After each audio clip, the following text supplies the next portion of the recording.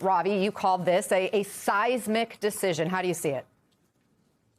It really is. Look, I think if you step back and look at the last 14 months, tariffs and the use of tariffs as a foreign policy cudgel has really been a very big part of the Trump administration's global foreign policy. And country after country has faced the brunt of unprecedented use of tariffs to coerce countries into doing things that this administration wanted it to do. So, for example, coercive pressure with tariffs on Europe to get them to maybe sell Greenland to the United States, coercive pressure on India to maybe get the Indians to buy less Russian oil.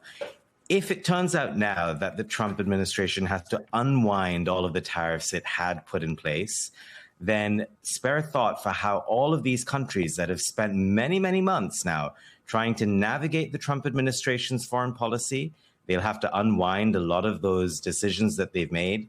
But also, I should point out, many of these countries have also made alternative arrangements. So if you think about the fact that the EU, Mercosur is a Latin American trading bloc, they had a free trade agreement last year, which had been in the works for so long, but was sped up in part because of the uncertainty of the Trump administration. Same thing with the EU and India, a massive trade deal, which would then over time reorient some of the flow of global goods.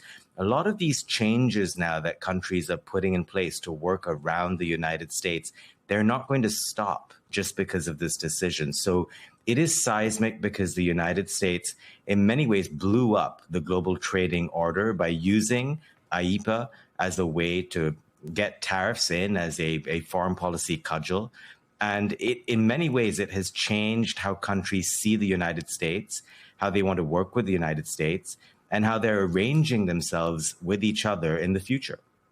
Ron, can you remind us what specific tariffs we're talking about here? Because this administration has had many series of tariffs, right? And we all remember that so-called Liberation Day. I know that is at the heart of this, but it's not just that, right? Correct. I mean, so there are three different groups of tariffs. So the IEEPA tariffs, and the president, declared that we had an emergency because of the yawning trade deficits that we've had, by the way, since the 1970s. So this was not anything new that the United States was going through, nor was it an imminent threat to the economy. There's Section 301 and 232 tariffs, which deal with unfair trading practices and national security issues, respectively, but also require studies being done by the Office of the Trade Representative to determine whether or not there are unfair trading practices being undertaken by other countries, whether or not there are national security issues around very specific industries that have been at play as well. IEEPA is a much broader set of this, as Ravi was indicating, and has, in large part, reordered the global trading system, and to a certain extent has created, a situation in which the United States is going from America first to America alone when it comes to trading. We're talking about doing a North American free trade agreement without Canada. And all of this is kind of, being mixed in and creating a great degree of disorder, which may also, extend out ultimately to our geopolitical alliances like NATO. So this is very confusing stuff. On the one hand, the president does retain some other authorities under 301 and 232 on a limited basis where he could, in fact, impose additional tariffs. But again, that remains to be seen. We haven't heard, as was suggested earlier from the White House, as to what they plan to do. But those other options are narrower and, again, held in check, both in terms of the magnitude of the tariffs that can be put in place and the duration. And so this is going to take a while to unwind. But as Ravi said, it has really upset the global trading order and has fostered alliances and sped them up in ways that certainly most businesses hadn't anticipated prior to President Trump's second term. Ron, the president had called this a life or death kind of decision for the country. Are there any immediate impacts the American people can expect when it comes to the economy and their pocketbooks following today's decision? These hyperbolic statements are by no means in any way helpful. I mean, if this were a life or death situation, the U.S. would have died between the 1970s and the 1990s because we've been running trade deficits throughout that entire period through today. And as you just stated earlier, Anna, we had the largest trade deficit in goods ever in 2025. So no, this is not a life or death situation for the United States. Again, the benefit might be that some companies get refunded their money that they paid into the customs department as a result of the IEEPA tariffs. But it doesn't leave us in a better position from a trading perspective because of the distrust and mistrust that Ravi was discussing among our trading partners. Will they, abandon some of these framework trade agreements that were reached when the IEEPA tariffs were used as that cudgel? That remains to be seen. Will they walk away from trade deals with the United States that were put in place? And again, will they rush into the arms of others? Americans, consumers, from what we can tell, economy's still growing about 2%, inflation's still about 3%. Nothing dramatic is going to happen. And certainly this is not an existential crisis for the United States if the tariffs were removed.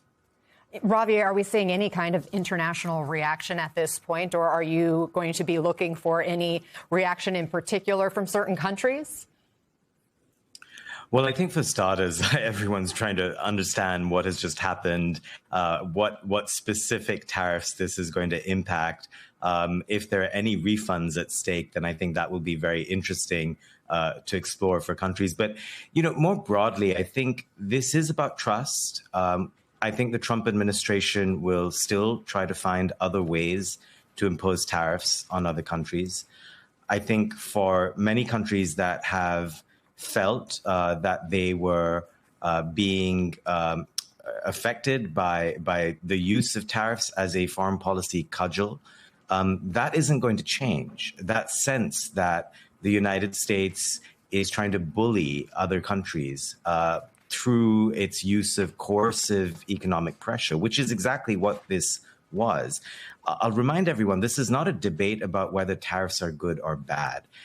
Economists can debate that out. This is about the means by which Trump was applying tariffs, and to not go through Congress and to apply it to countries that could have been allies, to use it as a form of immediate coercive pressure without consultation. That is what this is about. And that is why for countries that have been most affected by it, I mean, many of them US allies, think about Europe. I think for all of them now, they're going to try and study whether this means that the Trump administration in the future will still find other ways to do this, or if this will change the strategy the Trump administration uses.